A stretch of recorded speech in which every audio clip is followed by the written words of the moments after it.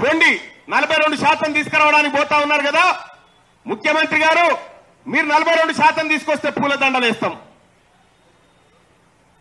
లేకపోతే నల్ల జెండాలు.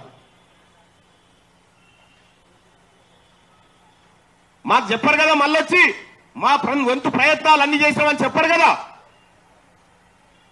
అందుకోసమే ఈ నాయకుల డ్రామాని పసిగడతా ఉన్నాం. ఇవాళ కె చంద్రశేఖరరావు గారిది ఆయనదో కొత్త డ్రామా.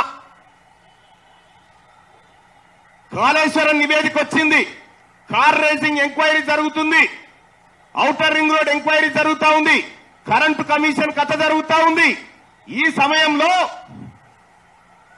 బీసీల రిజర్వేషన్ అనేటువంటిది ఆ బాధ్యతను బిడ్డకప్పచెప్పి ఏం చేస్తా ఉన్నావు?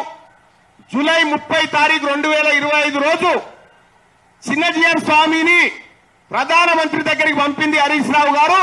మీరు కేసీఆర్ కాదా? ఎందుకు పోయింది ఆయన?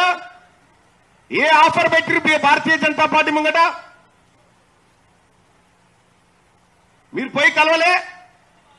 హరీష్ రావు గారు ఫామ్ హౌస్ లో జరుగుతున్నటువంటి చర్చకు మీడియేటర్ గా లేడా చిన్నజీఆర్ స్వామికి? వీళ్లకు మీరు మీ సొంత రాజకీయ అవసరాలు తీర్చుకోవడానికి, మీరు కేసుల నుంచి బయటపడడానికి మీ తాపత్రయం ప్రతిరోజు ఉంది తప్ప మా బీసీల గురించి ఆలోచించేటువంటి ఆలోచనే మీకు లేదు.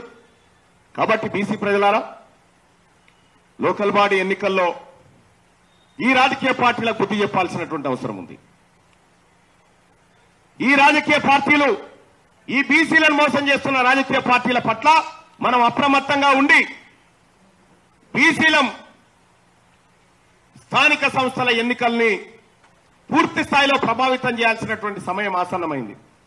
రాజకీయంగా ఈ పార్టీలను ఎదుర్కొంటే తప్ప మన అవసరాలు తీరవనేటువంటి విషయాన్ని నేను గుర్తు చేస్తా ఉన్నా.